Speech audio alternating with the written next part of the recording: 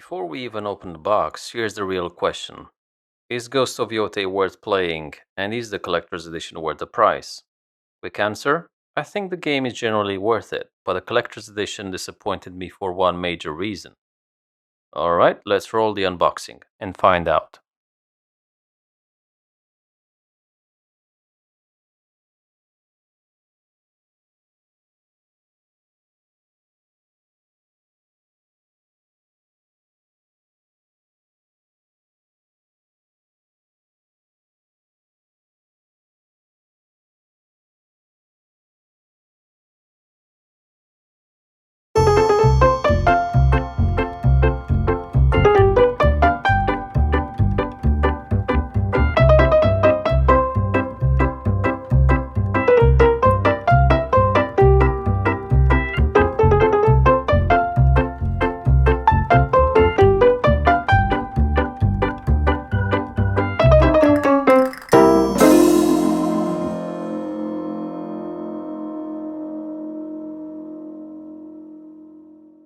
A few moments later.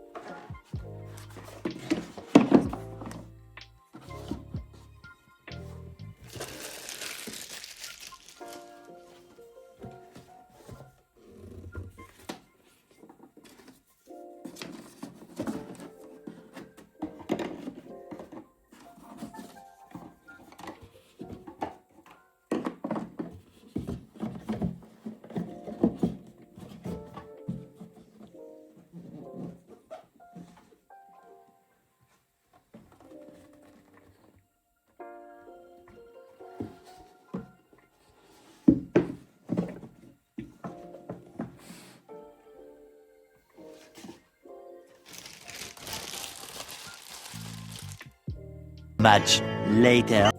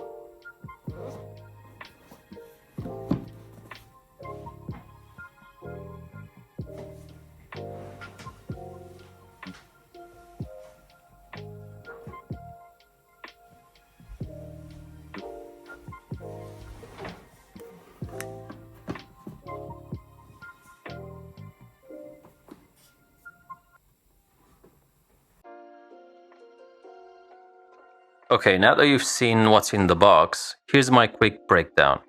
First impressions. The collector's edition arrives properly packaged. It feels premium in the way you'd expect from something that's meant to be displayed, not just opened once and forgotten. And the main attraction is exactly what you want it to be. The Ghost of Yotei mask replica.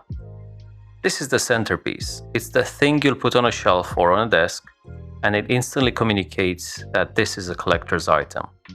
It also comes with a stand, so you're not improvising some awkward setup just to display it. That part I genuinely like. But then we hit the biggest issue, and I need to say this clearly because it changed my entire opinion of the value of this edition. There's no physical disc in this collector's edition. I didn't assume that going in, so I actually looked for it. I had that moment where you're thinking maybe it's hidden under something, or maybe it has some kind of hidden compartment. Maybe there's a steel case tucked in the bottom of the box, that type of thing. And then it hits you. No steel case, no disc. In my box, the game is digital only. And for me, that's a hard miss for something that's marketed as a collector's product. If I'm buying that premium box, I want that premium physical presentation to come along with it. The case, the disc, the shelf piece that feels complete alongside the extras that we have in the box. So even though the mask is cool, that missing physical game is the reason I'm saying this up front. If I knew that before ordering, I would not have bought this edition. Now, aside from the mask, you do get a solid set of physical extras. You've got the in-game sword tsuba with its own stand, which is a really nice touch for display. You've got Atsu's sash with the names of the main targets, the Yōtei Six, written on it, which fits the revenge theme. There's also a pouch with metal coins tied to an in-game minigame, which I never played, plus a 3D pop-up paper display with the tree and wolf piece, and some art cards that are included in the box. Digitally, it comes with some bonus items as well, such as the snake armor, a custom horse and saddle and die for it, a cosmetic sword kit, a charm, and early unlocks for travelers maps. And to be clear, most of these are purely cosmetic, aside from the travelers maps. So in one line, I would say my verdict would be the following. The mask is all great, it's a great display piece. The extras are nice, but the lack of a physical disc and steel case makes this feel incomplete. And at this price point, that's not acceptable for me. Now, with that out of the way, let's talk about the actual game, because the game itself is a very different conversation, and in some ways, I actually enjoyed parts of it more than Tsushima.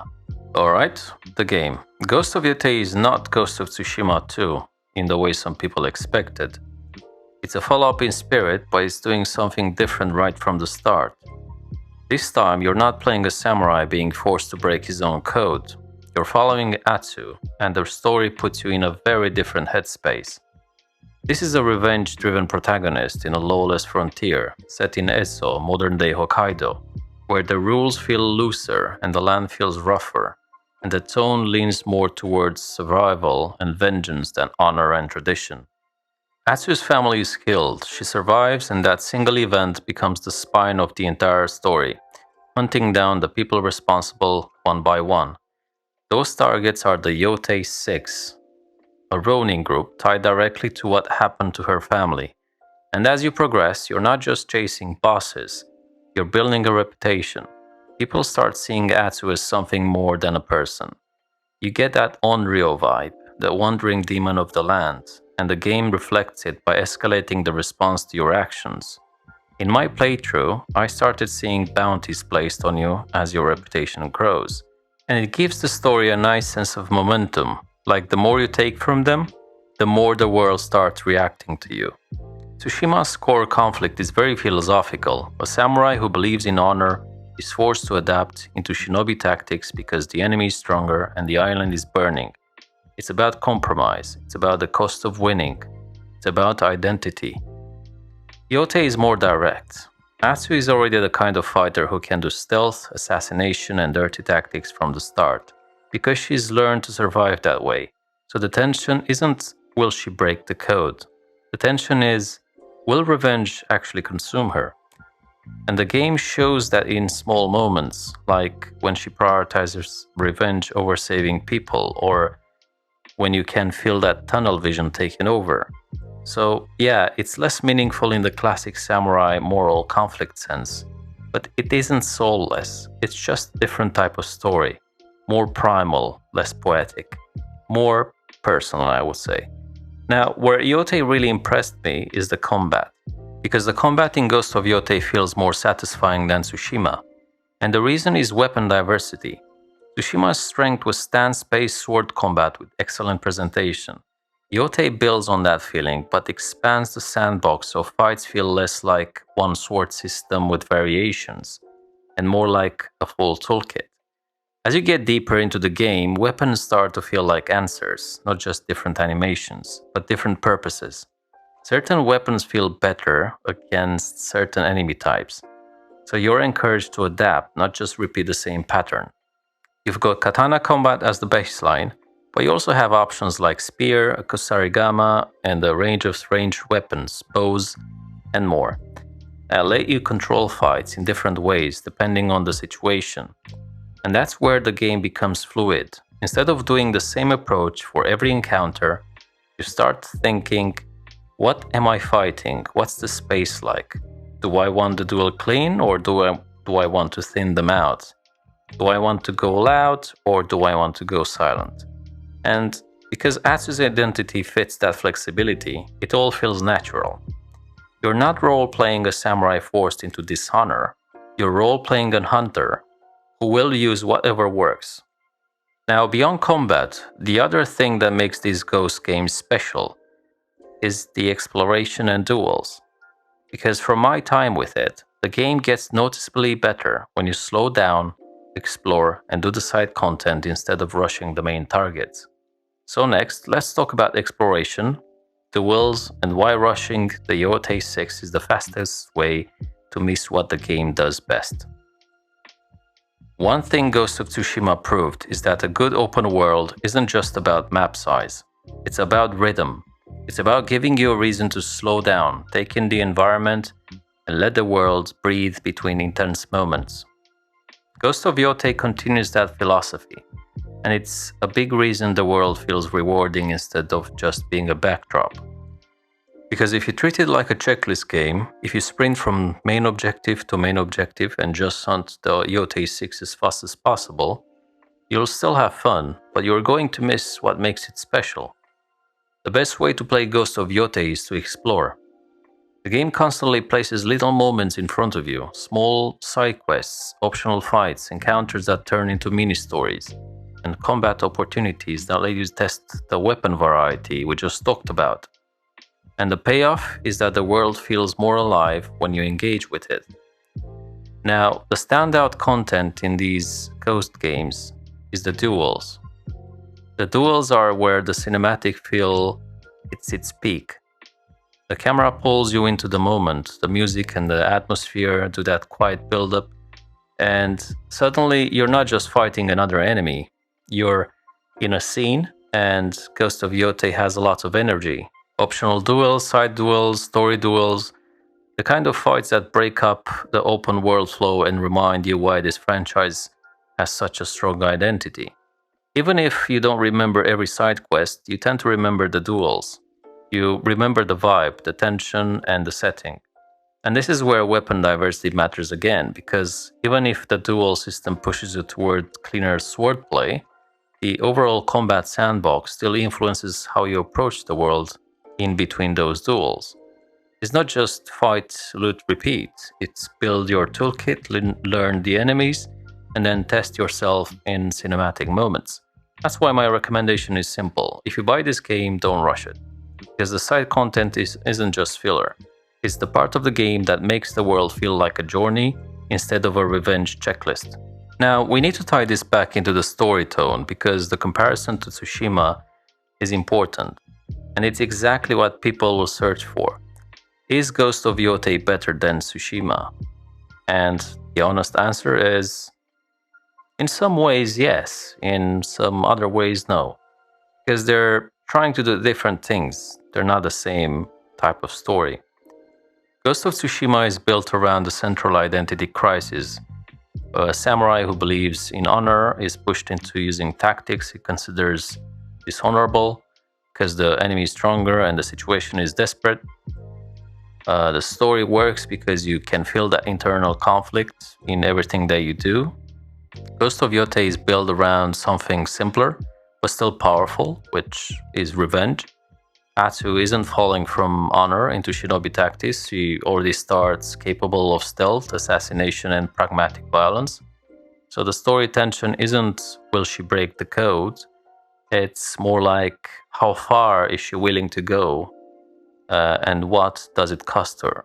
That's why Tsushima tends to feel more meaningful on paper. It's about ideology and legacy and identity. Yotei feels more personal, more raw, and more driven by momentum. You're not debating morality every moment, you're watching a person get consumed by a mission. And the game does a solid job showing that it isn't just a simple revenge checklist. There are moments where Atsu prioritizes revenge over helping people, and that's where the story shows its teeth. It makes the Unreal reputation feel more than an aesthetic. It feels more like a reflection of what she's becoming. So if you're coming from Tsushima and expecting the same kind of philosophical weight, you might feel like Yotei's lighter. But if you accept that it's a different tone, a frontier revenge story in a lawless land, it still has soul. It just expresses it differently. And I think that's why the combat improvements land so well, because Atsu's story and Atsu's toolkit match. The weapon variety, the mercenary and assassin background, the hunt for Yōtei Six, it all fits together. The gameplay isn't fighting the narrative identity the way Tsushima's gameplay sometimes intentionally did, so the clean comparison is this. Tsushima is about a man becoming something he never wanted to be. Yotei is about a woman choosing revenge and risking becoming something she can't come back from.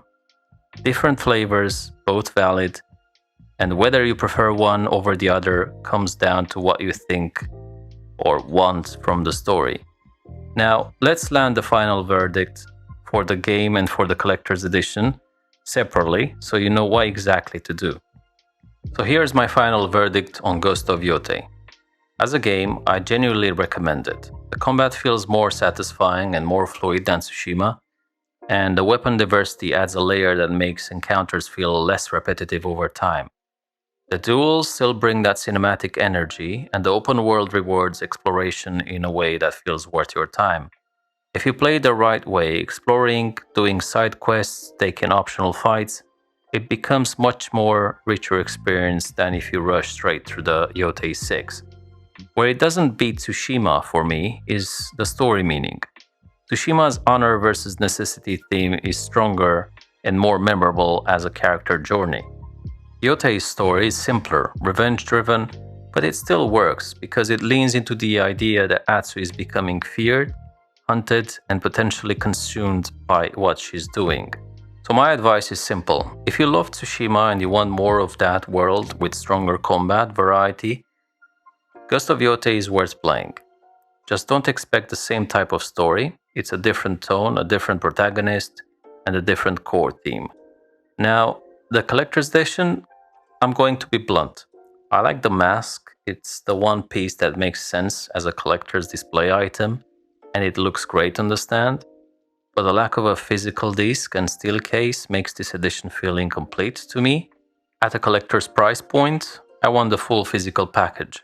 And not having it turns this into something I wouldn't recommend unless you already know you're fine with a digital-only approach.